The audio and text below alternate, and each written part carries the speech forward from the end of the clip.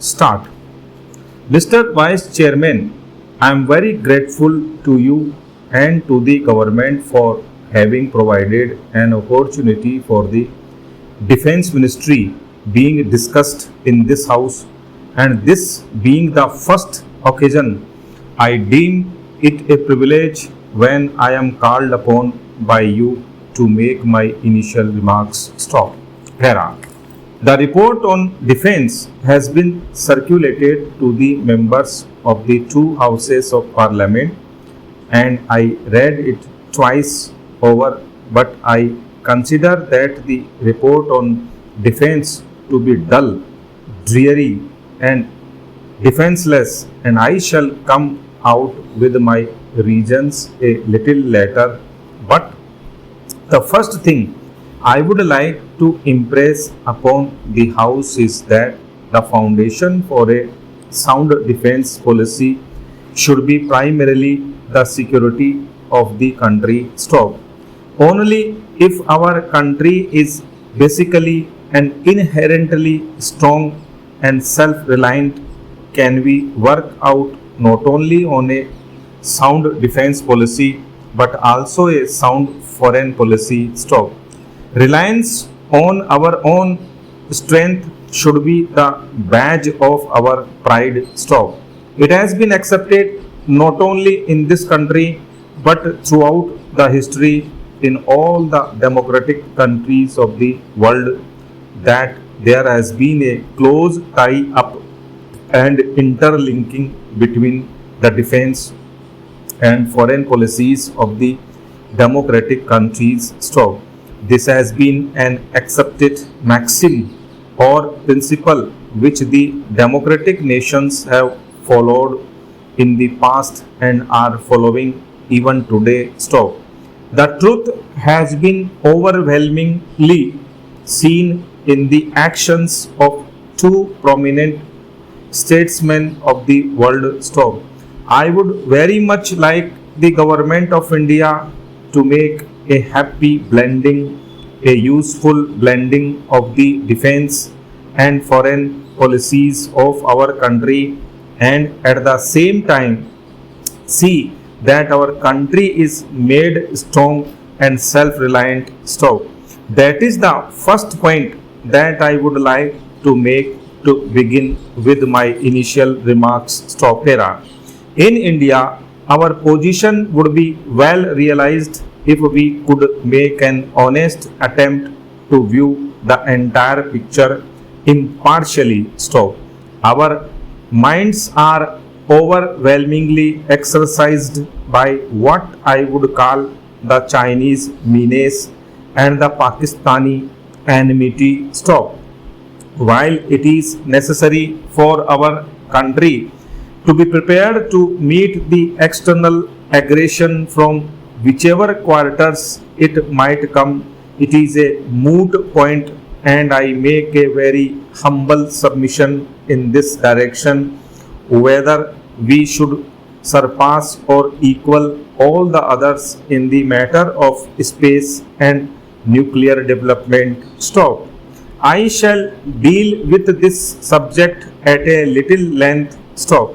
But you will pardon me if I say that today this has achieved what I would call a radical turn in one quarter and a conservative turn in the other. Stop.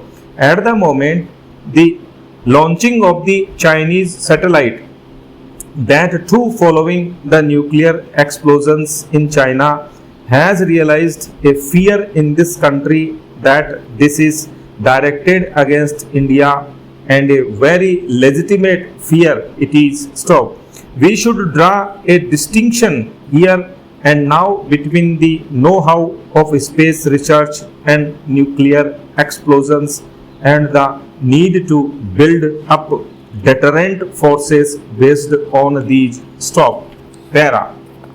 Let us be quite candid that economically our strength does not visualize in the immediate foreseeable future an ability to develop and sustain the nuclear forces. Stop.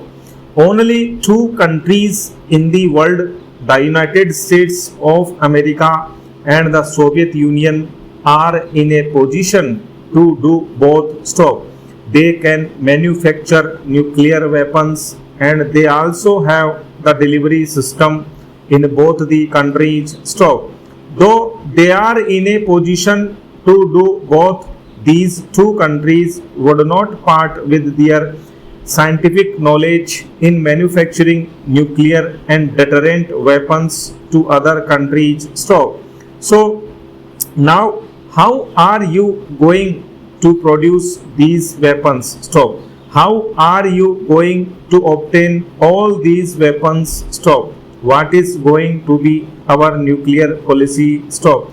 The possession of a new nuclear weapons alone will not able us to win a victory where large areas of our territory are concerned. Stop.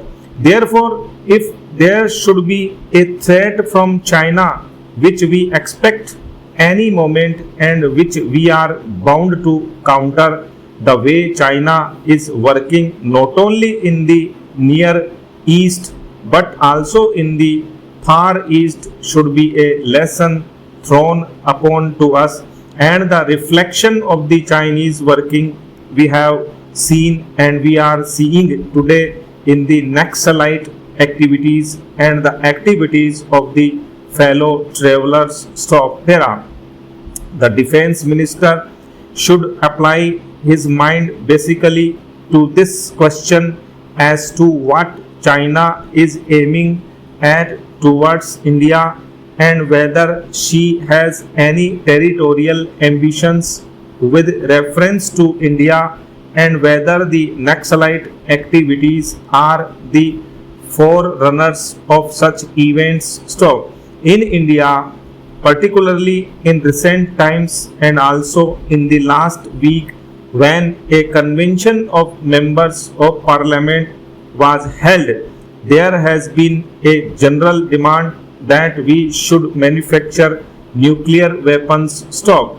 The people also seem to be saying that they would like the Indian government to be in the race. Stop.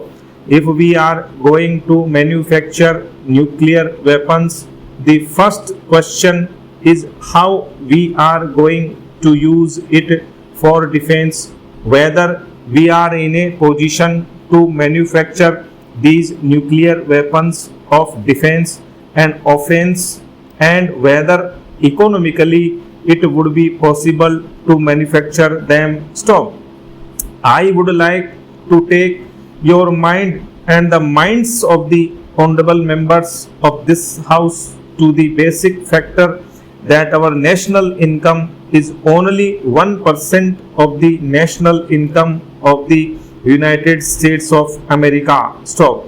Whereas the United States of America's national income is $750 billion, ours is only $8 billion.